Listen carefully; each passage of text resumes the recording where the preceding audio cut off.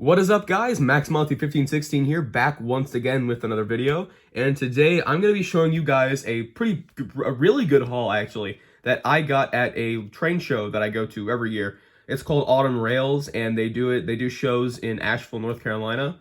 And it's a little bit far away from me, but I still go anyway because it's only twice a year and it's really fun.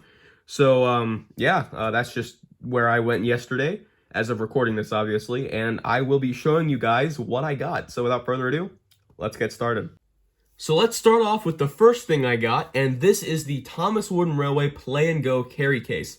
Now, this is a really interesting item, and I'm honestly surprised I didn't get it until now, but here we are. So at first glance, this thing almost looks like a briefcase with its handle on top and everything. And if I just kind of slide it around there, you can see on the other side, you see some track, and you see some track on both sides, actually. But the entire purpose of this is once you unclip it on either side, like so, just like that, you open it up, and it is like a briefcase inside, too. And you can just fit a bunch of stuff in there, and you can fit, like, all sorts of track and engines and just anything else you want to bring along with you. And then, of course, if you flip it over to the other side, there's a small layout that you can see right there that forms. And these are held together with magnets on the side. So you can just do that. And then you can bring any engine you want to just over it and kind of play around. So I'll just demonstrate that now. As you can see there, we will bring him around there. And yeah, you can just play around on this little layout. It's really nice. Or there is one more thing you could do, and that is if you flip this back over,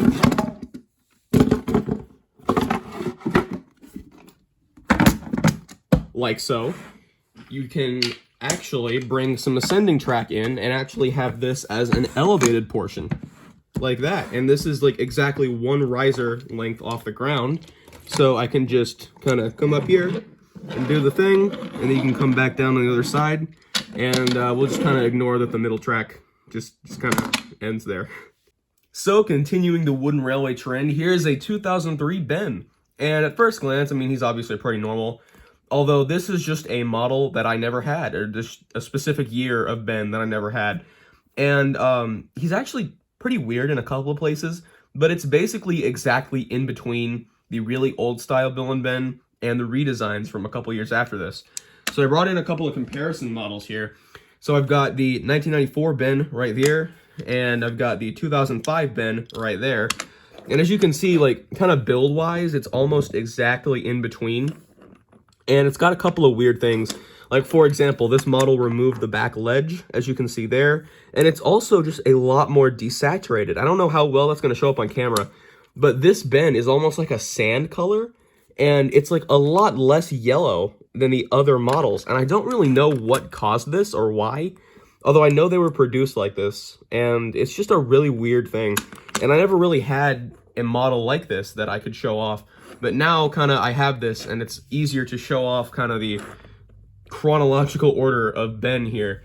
And it's just really strange to see that, like, obviously these two models are a lot more yellow than this one. It looks kind of like desaturated or a faded color, and that's honestly why it drew me to this model so much. So that's 2003 Ben, and I just wanted to show that off because I've always noticed that, and I don't really see many people mention it, but yeah, he is very much like an off color almost, but he's still cool all the same, and hopefully one day I can get a build and match him. Next up is a pretty obscure variant, and this is the 2013 Fish Covered James. And unfortunately, he did come with a learning curve tender, but it's not that huge of a deal. I mean, they look close enough, I guess. But yeah, the main part here is this James variant. Now, this came in the 2014 James's Fishy Delivery set. And as you can clearly see, it's just James with some fish on his boiler.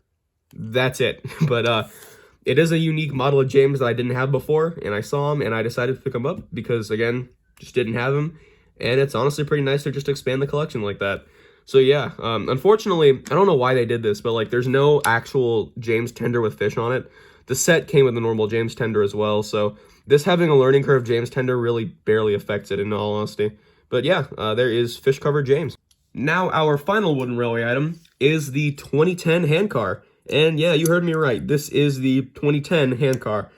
I don't know why Learning Curve decided to reintroduce this item so late into their run, But yeah, the hand car did come back for a limited time for a couple of years there, and they completely recolored it as well. So I have here the original, I think this is 2000. I'm pretty sure this came out in 2000. But this is the original old style hand car. As you can see, it's a very light kind of sky blue, and it says Sodor Railroad on the side there. And then the new version, as you can see, it changed quite a lot. The handlebars, of course, have now been changed from yellow to silver. This piece here is now red instead of black. And of course, probably the biggest difference is that the base here is now a dark blue, and it says Sodor Mainline on the side. And I actually kind of prefer it saying Sodor Mainline because railroad is an American term.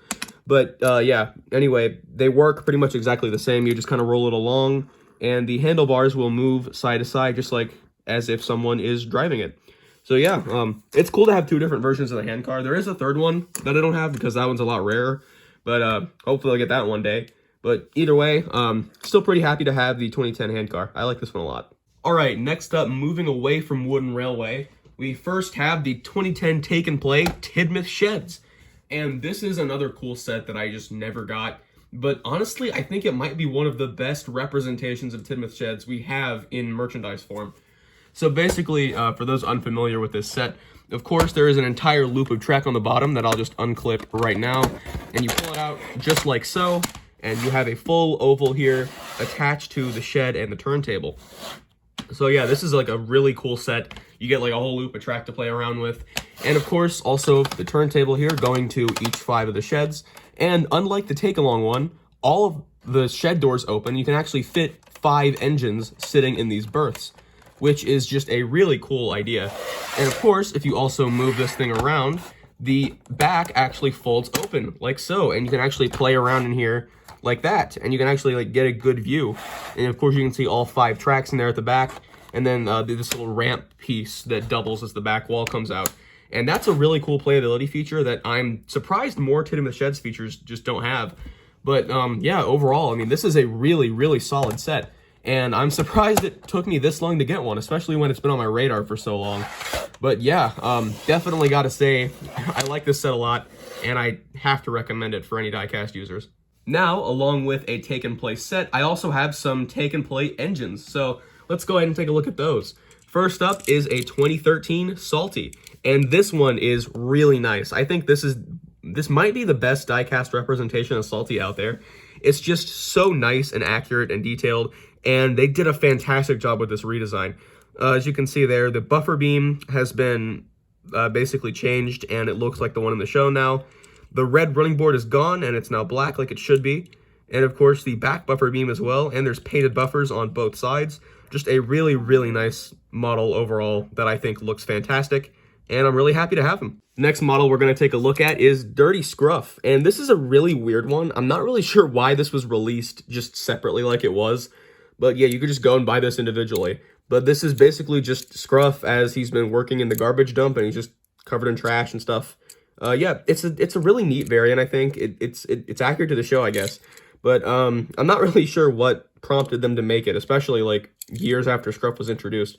But yeah, still honestly a pretty neat item. I really like the printing on the wheels too. That makes it honestly pretty special. There's not that many items that even have that, so it's kind of cool to see.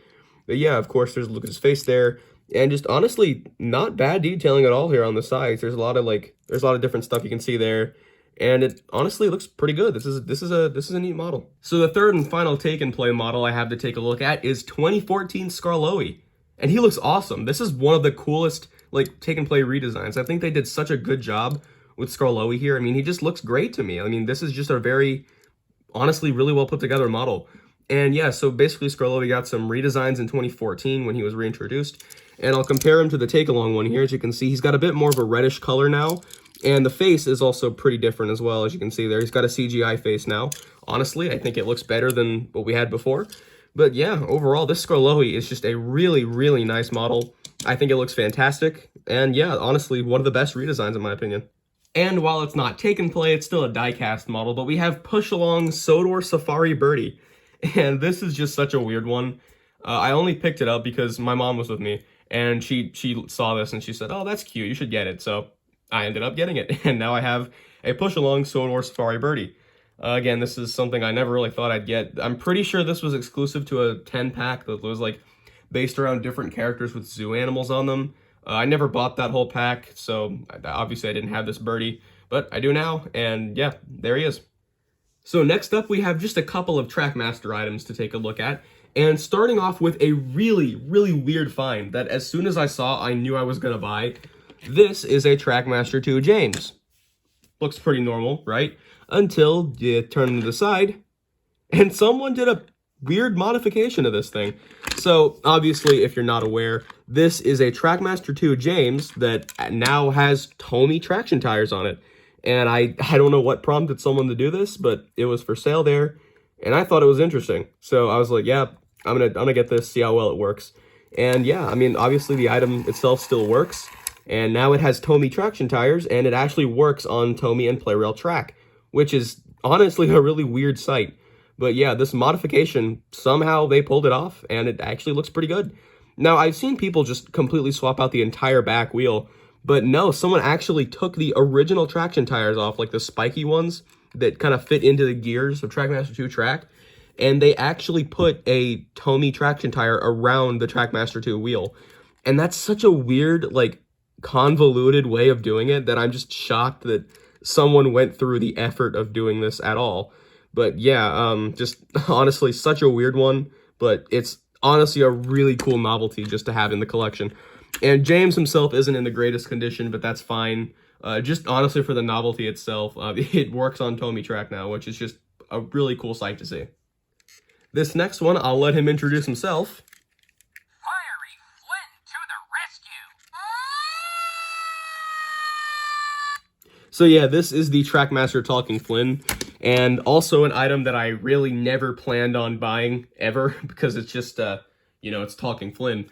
But I saw him for sale. He was pretty cheap. I didn't have him, so I decided he was coming home with me, and now I have him.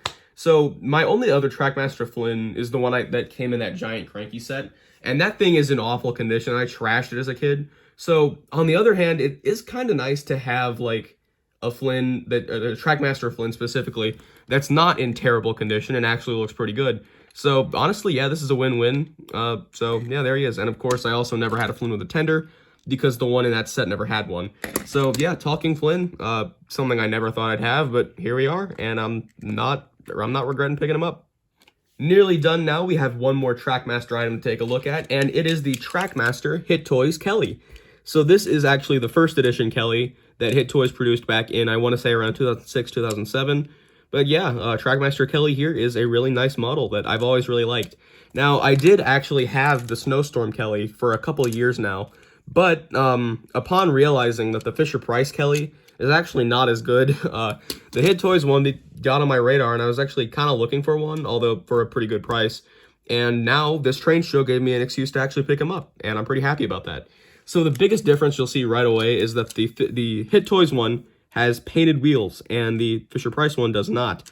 And of course, there are actually painted silver bits here on the Hit Toys one that I had to paint myself on the Trackmaster Fisher-Price one. So I'm not really sure why Mattel didn't do the silver paint, but, you know, they're pretty lazy, so I'm not exactly surprised. But yeah, anyway, there is a better look at Kelly there. And he's actually got more paint on areas such as cab windows, and just, he's a little bit more higher quality, I'd say. For example, like this toolbox back here on the crane is painted, and again, like the cab windows, like I mentioned earlier. Just overall, honestly, I think it's a better model, despite the subtle differences. I think it just makes it a lot nicer. So yeah, it's also a nice bonus to have a Kelly that's not covered in snow all the time. So now I have a normal Kelly that I can use from now on. And yeah, overall, this one is really nice. So next up, I'll talk about these really quickly, but basically just to expand the track collection of my HO stuff a little bit, I ended up getting a couple of crossings here. As you can see there's one that's at a 90-degree angle, and then a different one here that's kind of not at a 90-degree angle, but yeah, there's these two crossings there, both very nice pieces. And of course, I also really was in need of some more junctions. So I've got two sets of points here. These were pretty cheap, so I just decided to pick them up. And if I ever want to do like another yard area on my layout, that I can now do this, because I have some points, some crossings. And if I find room for this stuff or just feel like redesigning it, then there we go. Now I have these pieces. So you all saw him in the thumbnail. I'm sure many of you are still wondering about him, but here he is, time to show him off. This is the Lionel G-Scale James. This thing, I can't even begin to describe how I felt when I saw this thing for sale. Because first of all, the first thing going through my head was like, oh my god, that's going to be so expensive. Because obviously these things go for insane prices. Then I ended up asking the seller because I was just curious. $25. And he claimed it worked. Now, obviously, I don't have a way of testing this because I don't have track for this because, you know, I've never owned anything G-Scale before this. But yeah, this is the 1994 Lionel G-Scale James. He's just really, really cool. And yeah, I mean, this thing is absolutely ginormous. I can barely fit my hand around his boiler. And just for a comparison's sake, I'll bring up that Trackmaster 2 James I showed earlier. And he doesn't even reach the running board's height. That is how large this James is. And unfortunately, he did not come with a tender, which kind of sucks, but hopefully I'll be able to find one secondhand one day. But yeah, this James is epic. That's all I can really say, and I don't use that word often, but I think this is pretty deserving of that. Now, the reason this James was $25, well, the best way I can describe him was like Drayton Manor condition, and if you know what that means, well, he was not in the best of looks when I first got him and pulled him out of that box because he had a lot of paint marks and there's just a lot of scuffs and stuff. I haven't shown the other side for a reason. And over here on the firebox, there's like some black smudges here and also just some paint damage near the top there. Not really sure what would cause that, but it's there. It's not too bad. It's not too noticeable. But it's still there, and it kind of bothers me a little bit. So he just looks better from this angle overall. And he's looking this direction, too, which is a nice touch. But yeah, there was a lot of stuff added onto this, like a giant headlamp. There was a bell on here. There was the cab roof was, like, modified in a really weird way. It had, like, a box on the top, and it had more plastic pieces around it that were hot glued on that I had to break back off. And the roof was painted red. So I had to go back and paint the roof black once again, which was strange. And the buffers were also painted red, so I went back and fixed those. But yeah, this James has definitely had a strange life, to say the least. But now I'm happy to say that he's finally in a good home with me. I tried my best at restoring him. I think I did a pretty decent job. But yeah, it's not perfect by any means. But I mean, he definitely looks better than what I had before. Now, I did mention the box, so here it is. And yes, this thing was in its original box.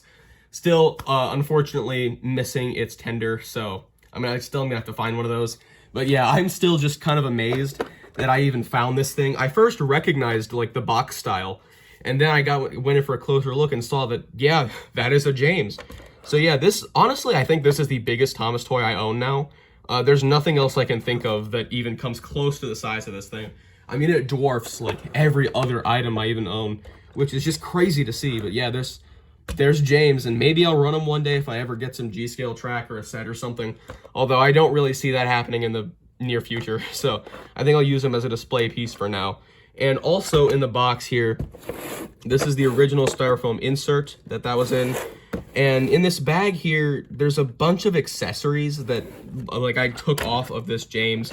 For example, that headlamp and the bell and just all of the, like, Americanized kind of accessories that were put on this.